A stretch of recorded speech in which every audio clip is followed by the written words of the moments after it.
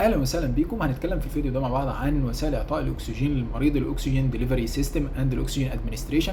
ازاي انا بوصل الاكسجين للمريض عن طريق اما الفيس ماسك، سمبل فيس ماسك، النيزل كانولا، الفنتوري ماسك بتركيزات المختلفه، النار بريسر فيس ماسك.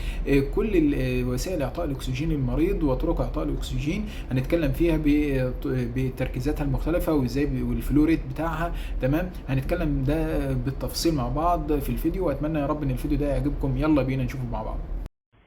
This video will demonstrate the safe administration of oxygen therapy. It will cover when and how to use different oxygen delivery devices, as well as how to prescribe oxygen for a patient.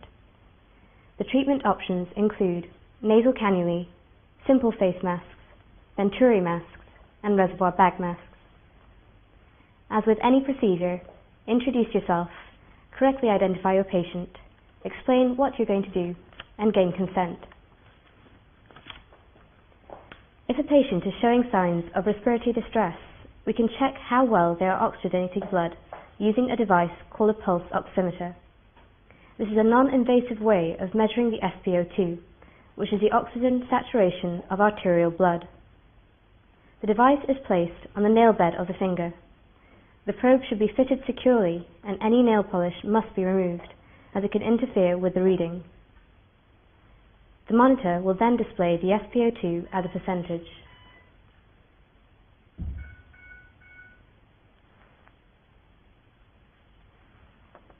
SpO2 in healthy individuals should be between 94 and 100%.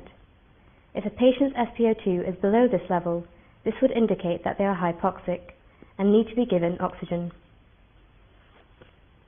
For most patients, when delivering oxygen therapy, we aim for a target saturation of between 94 and 98%. However, if a patient is thought to be at risk of type 2 respiratory failure, for example those with COPD, we aim for a lower target saturation of between 88 and 92% whilst awaiting the results of arterial blood gas, or ABG. The oxygen delivery device and flow rate of oxygen can be changed to keep the SpO2 within this target range. We are going to begin by administering oxygen through nasal cannulae. This is recommended as being suitable for most patients with both type 1 and 2 respiratory failure. This is a hollow tube with two prongs, which insert into the nostrils.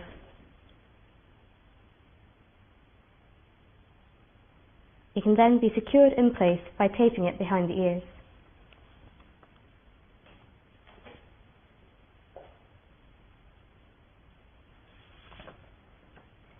The other end of the tube is connected to some oxygen tubing, which then attaches to the oxygen cylinder.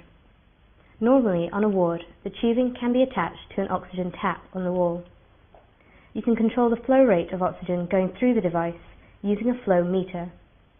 The design of these may vary between hospitals, but in general, the center of the ball or marker will tell you the flow rate in liters per minute.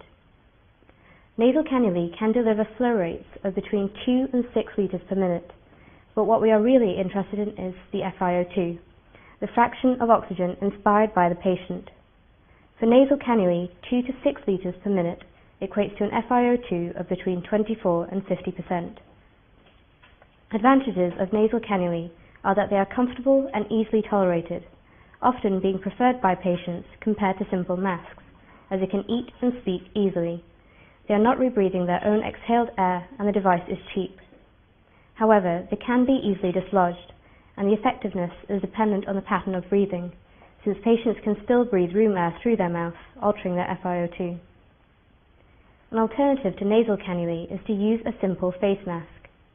This is less comfortable for the patient, but can deliver slightly higher concentrations of oxygen. The oxygen tubing is connected to the plastic port at the bottom of the mask. The open side ports allow air to mix and dilute the oxygen, as well as allowing carbon dioxide to leave. The mask can then be molded to fit over the patient's nose and mouth, and is secured by an elastic band at the back. The flow rate should be adjusted to between 5 and 10 liters per minute, and can be adjusted depending on the target saturations. However, it is difficult to know exactly how much oxygen is being delivered through a simple face mask. If a specific concentration of oxygen is to be delivered, or the patient continues to deteriorate, a venturi mask can be used. These have special adapters which vary the diameter of flow in order to achieve a specific FiO2. They range from 24 and 60%. The adapters are different colors and display the required flow rate as well as the estimated FiO2. The oxygen is connected up in a similar way to the simple face mask, and the mask is then adjusted to fit on the patient's face.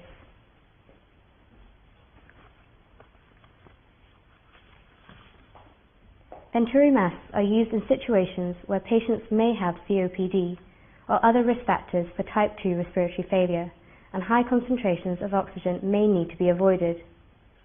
Aim for oxygen saturations of between 88 and 92%. A 28% venturi mask at 4 litres per minute can be used whilst an ABG is obtained.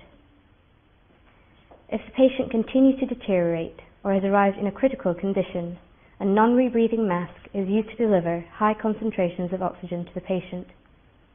This has an attached reservoir bag and one-way valves which allow oxygen concentrations of 60 to 80% to be achieved. Once again, the oxygen is connected up and the flow rate is adjusted to between 12 and 15 litres per minute. The valve between the face mask and reservoir bag needs to be pressed in order to fill the bag up. It can then be adjusted to fit over the patient's nose and mouth, similar to the previous face mask. If a patient needs high oxygen concentrations, this reflects a serious underlying illness, and it is important to continuously monitor the patient, obtain an ABG, and seek senior medical input. This slide summarizes how to approach the management of a patient in respiratory distress. Lastly, oxygen is a drug and may be harmful. It must be prescribed. In emergency situations, it can be written up afterwards. Looking at a drug chart, you need to write up the drug name, the target saturation, the flow rate, the indication, and device used. So the key points to remember: patients on oxygen require regular review. Titrate the oxygen up or down to maintain the target oxygen saturations. If the patient remains stable on minimal oxygen therapy, consider discontinuation. If you'd like more information, please see the BTS guidelines. ببساطة معدنة.